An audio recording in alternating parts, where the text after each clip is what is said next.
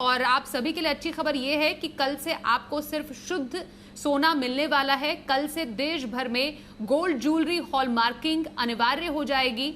जिसके बाद जो ज्वेलर्स हैं वो बिना हॉलमार्क वाली ज्वेलरी नहीं बेच पाएंगे, यानी आपको हर ज्वेलरी की शुद्धता की पूरी गारंटी मिलेगी।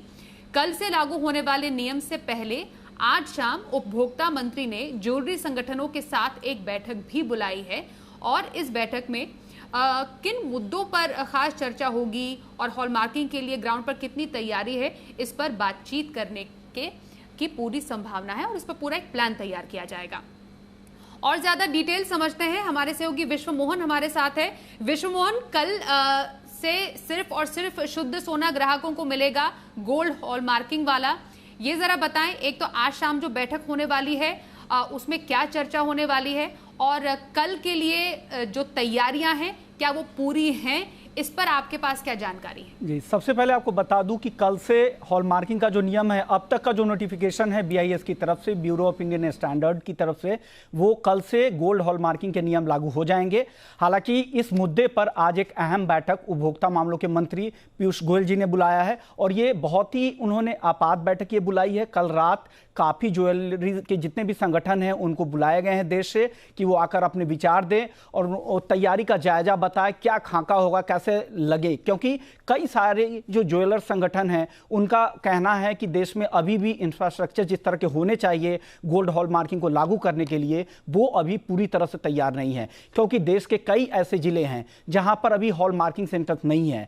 महानगरों में तो काफ़ी दिनों से हॉलमार्किंग किया जा रहा है, लेकिन छोटे शहर जहां पे कई जगहों पे, कई जिलों में अभी भी लॉकडाउन चल रहा है, ऐसे में वो कहां जाकर हॉलमार्क करवाएंगे। इस तरह के दिक्कतें अभी भी आ रही है, इंफ्रास्ट्रक्चर उस तरह की पूरी तरह से तैयार नहीं है। इसके अलावा दूसरी बड़ी बातें हैं, ज्वेलर्स का ये भी कहना है कि अगर सरकार चाहे तो फिलहाल फेज्ड मैनर में कर सकती है, बड़े शहरों या महानगरों तक इसे फिलहाल लागू करे और धीरे धीरे दूसरे शहरों तक जैसे जैसे इंफ्रास्ट्रक्चर तैयार की जाए उसके बाद इसे लागू की जाए। हमने हॉलमार्क एसोसिएशन से भी ये जानने की कोशिश की तो उनका कहना है कि 3 महीने में पूरी तरह से इंफ्रास्ट्रक्चर जो जरूरी है वो तैयार हो जाएगा और देश के सभी ज्वेलर्स इसका फायदा उठा सकते हैं। लेकिन एक बात और कुछ ज्वेलर्स बता रहे हैं, जैसे उनका कहना है कि पहले जो ज्वेलरी की जो कैरेटिंग थी वो 9 से 24 के अंदर में होती थी, 9 कैरेट की भी ज्वेलरी बिकती थी, 12, 14, 18, 20, 24, लेकिन अब जो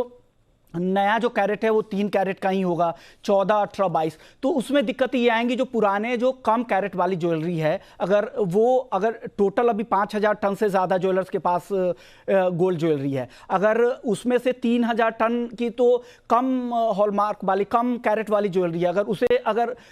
14, 18, 22 कैरेट में अगर कन्वर्ट किया जाता है तो ज्वेलरी को मेल्ट करना पड़ेगा, तो एक बड़ा कॉस्ट उनके लिए बियर करना पड़ेगा पूरी ज्वेलरी इंडस्ट्री को। ऑलरेडी इतने दिनों से लॉकडाउन की वजह से उन्हें दिक्कतें हो रही थी, अब अगर ऐसे में उन्हें मेल्ट करना पड़े तो इस तरह के कॉस्ट की भरपाई कैसी होगी, तो तमाम तरह की दिक्कतें थी। हालांकि ये तमाम दिक्कतों को सुलझाने की आज कोशिश की जाएगी और कैसे एक सभी तरह के हॉलमार्किंग सेंटर तैयार किए जाए, इन सभी मुद्दों पर आज की बैठक में, आज शाम जो पीयूष गोयल साहब की अध्यक्षता में जो बैठक होगी, इस मुद्दों पर चर्चा की जाएगी। जी स्वाति।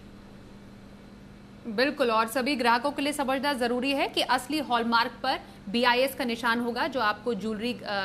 जो ज्वेलर से मिलेगी और वही एक शुद्धता का प्रमाण है गोल्ड ज्वेलरी का, इसी को हॉलमार्किंग कहा गया है। बहुत शुक्रिया विश्व मोहन पूरी जानकारी हम तक पहुंचाने के लिए।